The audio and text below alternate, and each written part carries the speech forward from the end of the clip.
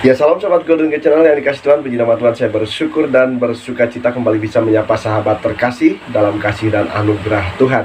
Sahabat terkasih, saya selalu berharap dan berdoa agar sahabat senantiasa dalam keadaan baik dan sehat dan senantiasa diberkati oleh Tuhan. Ya, sahabat kasih Tuhan, saat ini kita akan membahas mengenai berita yang sedang heboh ya, di mana Arab Saudi akan membangun Ka'bah yang baru. Sahabat kasih Tuhan ya, sahabat yang kasih Tuhan, pembangunan Ka'bah baru ini ya dirancang oleh putra mahkota yaitu Muhammad bin Salman. Nah, saudara yang kasih Tuhan, bagaimana kebenaran mengenai hal tersebut? Mari kita akan lihat videonya berikut ini.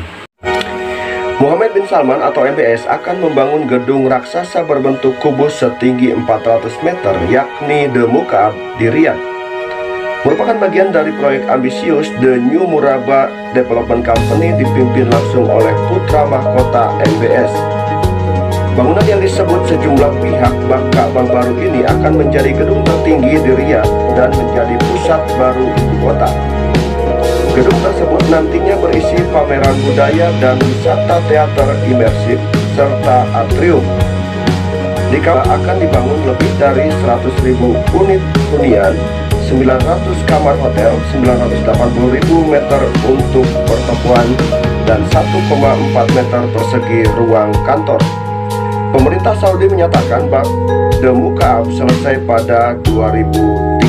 Nah, saya kasih Tuhan, bagaimana dengan Ka'bah yang lama di mana umat muslim seringkali berkumpul dan yaitu menunaikan ibadah haji? Mari kita akan lihat tanggapannya berikut. Salam alaikum Besem Hamasiyah.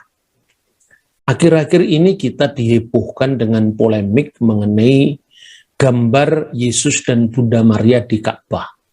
Mula-mula dari ceramah Buya Sakur yang mengutip naskah klasik sejarah Islam yang ditulis oleh Al-Azraqi yang berjudul Akbar Makkah, kabar-kabar atau berita-berita tentang Makkah sebagai literatur yang dianggap tertua yang berbicara tentang sejarah Makkah.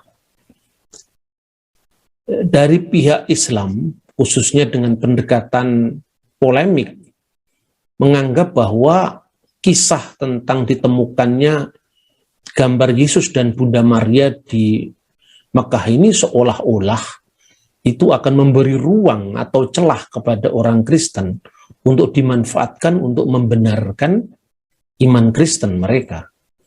Tetapi juga saya mengamati sebaliknya, di kalangan Kristen memang ada yang menganggap seolah-olah kalau benar ditemukannya gambar Yesus dan Bunda Maria di Mekah, ini seperti legitimasi atau pembenaran terhadap iman Kristen. Nah, saya kira ini pendekatan polemik yang sama-sama tidak sehat.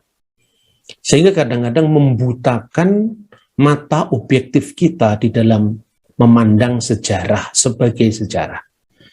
Nah, saudara-saudara yang mengasihi Tuhan dan mengasihi perdamaian, saya ingin mengutip apa yang diceramahkan oleh Buya Sakur ini untuk memberikan sekilas pemahaman kepada orang-orang Kristen mengenai polemik yang sedang rame-ramenya kita ikuti ini.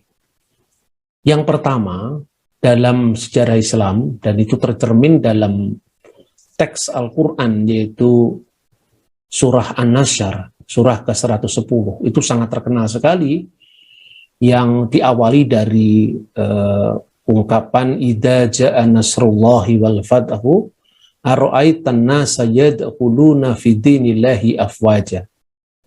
Itu intinya bahwa apabila telah datang pertolongan Allah dan kemenangan, kamu akan melihat orang-orang berbondong-bondong kepada agama Allah dan seterusnya.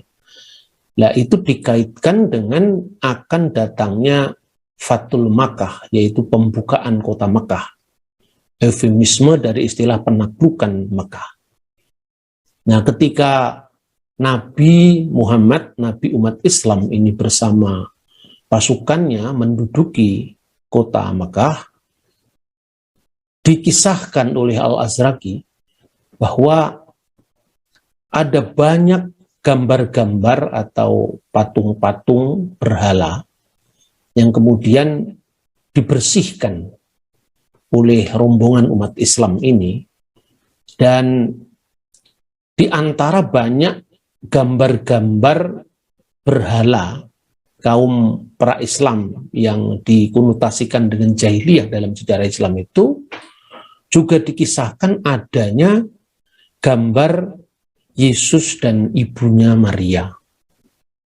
Lalu dikisahkan di sana, wa amara bitomsi tilka suwari wa wado'a kafaihi ala surati Isa wa umihi wa kola imhu al-jami'ah ila ma takhtayadi.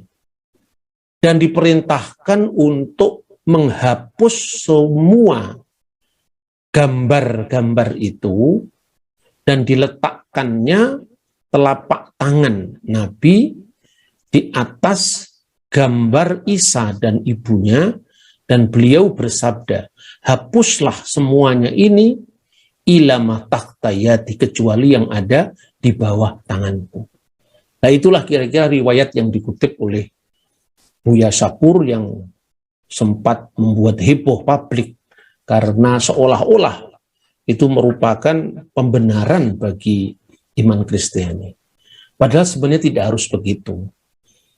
Ayat-ayat itu apabila dipahami secara polemik dalam pendekatan menang kalah atau benar salah dalam kaitan dengan klaim masing-masing agama, di situ kemudian relasi antara kedua pihak yang dikisahkan itu tidak menjadi menarik lagi, tetapi ditarik di dalam ranah pemahaman hitam putih terhadap para pihak yang dikisahkan di sana. Jadi itulah sebabnya saya selalu menghindari pendekatan-pendekatan polemik yang sifatnya menang kalah atau debat yang saling melaknat. Tetapi biarkanlah teks itu berbicara dengan konteksnya, dan silahkan Anda menilai sendiri. Itu sudah cukup. Terlepas dari perbedaan pemahaman tentang siapakah Isa dan ibunya, siapakah Yesus dan Bunda Maria, sejarah Islam sendiri memberi penghargaan terhadap umat Kristen, dan itu tampak dari penamaan salah satu surah dalam Al-Quran, yaitu surah ke-19 yang disebut surah Maryam. Terlepas daripada perbedaan dalam pemahaman mengenai siapa Yesus dan siapa Maria. Begitu juga di dalam ayat-ayat yang muncul secara kronologis pada masa Madinah. Itu di tengah-tengah konflik umat Islam saat itu dengan orang-orang musyrik, yaitu orang-orang politis dan orang Yahudi. Tetapi juga ada penilaian yang lebih bersahabat terhadap umat Nasrani.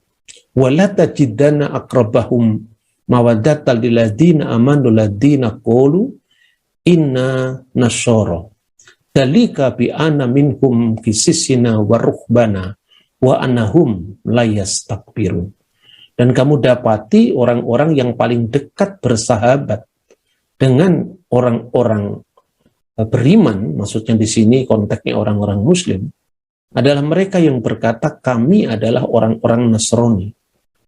Hal itu disebabkan di antara mereka ada para pendeta, para imam, waruhbana dan para rahib, dan mereka la yastakbirun, tidak menyombongkan diri. Sekali lagi, terlepas dari bagaimana kita memahami ayat-ayat ini, dan itu saya kira bukan wilayah saya, tetapi artinya bahwa ada hubungan yang cukup harmonis antara Islam dan Kristen.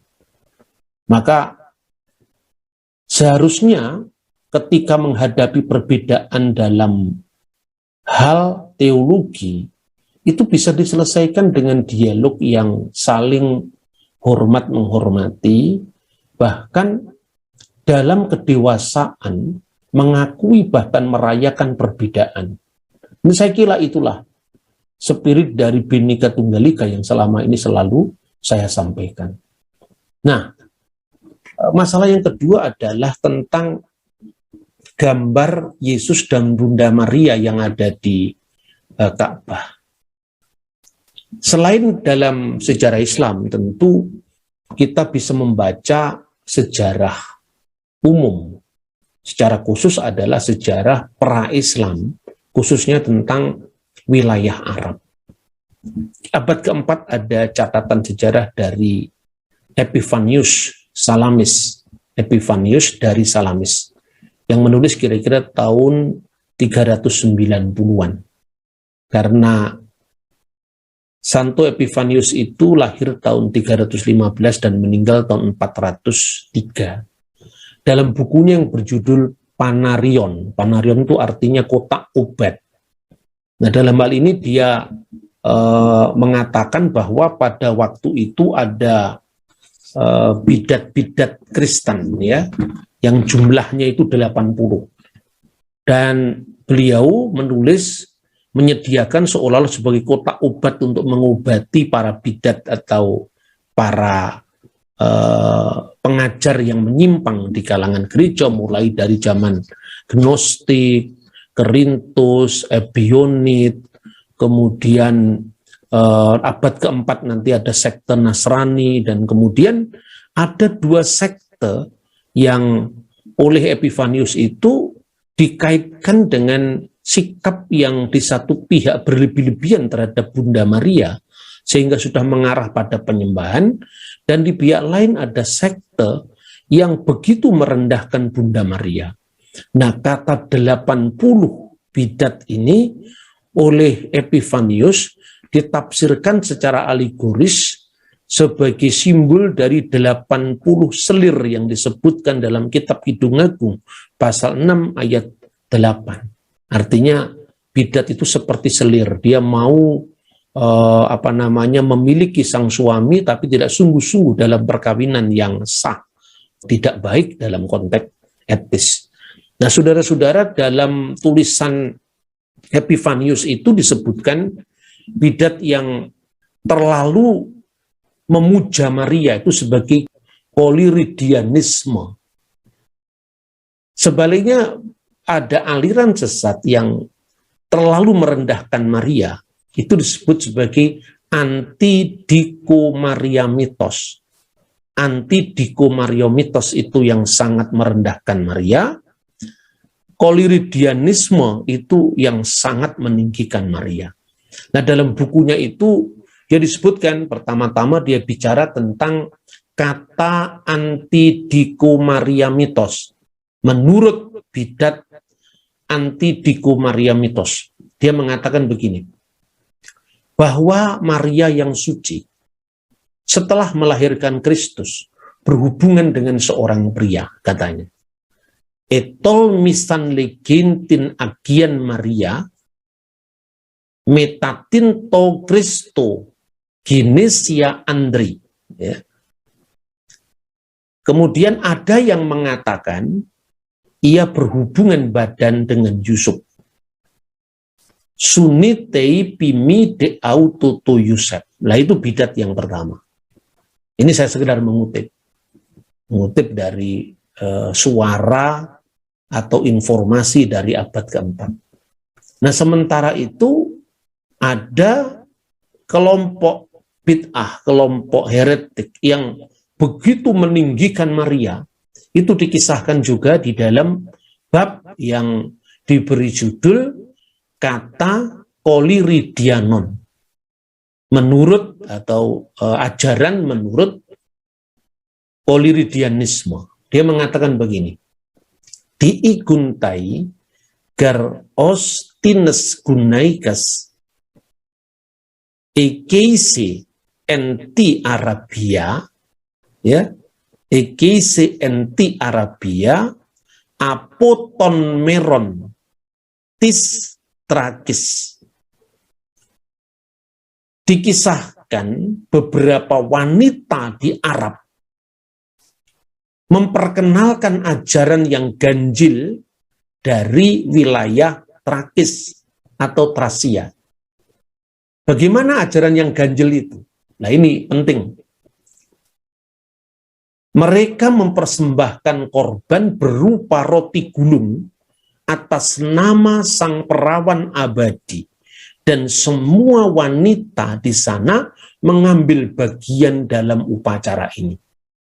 Touto tokenopunima eninoksasin os es unomates e partenu kolirida.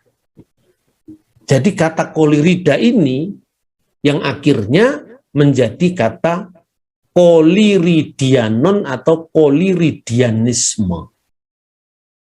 Maka apa yang seharusnya disikapi oleh orang Kristen yang sejati mengenai ajaran yang sesat ini? Lalu Epifanius dari Salamis menggambarkan bagaimana orang-orang Arab ini memuja Maria dengan menghias sebuah gerobak dengan berbagai macam bunga, lalu di atasnya ditaruh gambarnya Maria dan putranya Yesus Kristus. Lalu dia mengkritik ajaran ini, ajaran ganjil, ajaran iblis yang tidak sesuai dengan iman Kristen. Maka ditekankan bahwa otigartheos, Maria itu bukanlah Tuhan, Maria itu bukanlah Allah. He exousa tosoma, dan tubuhnya Maria itu tidak berasal dari surga, dia adalah manusia biasa. Begitu ditekankan. Yang berasal dari surga itu Sang Logos yang dikandungnya, kalimatullah, firman Allah yang dikandung oleh Maria, yang itu berasal dari surga. Oleh karena itu, stop seluruh penyembahan terhadap Bunda Maria. Meskipun kita harus menghormati Maria, entimi esto Maria, kita harus tetap menghormati Maria.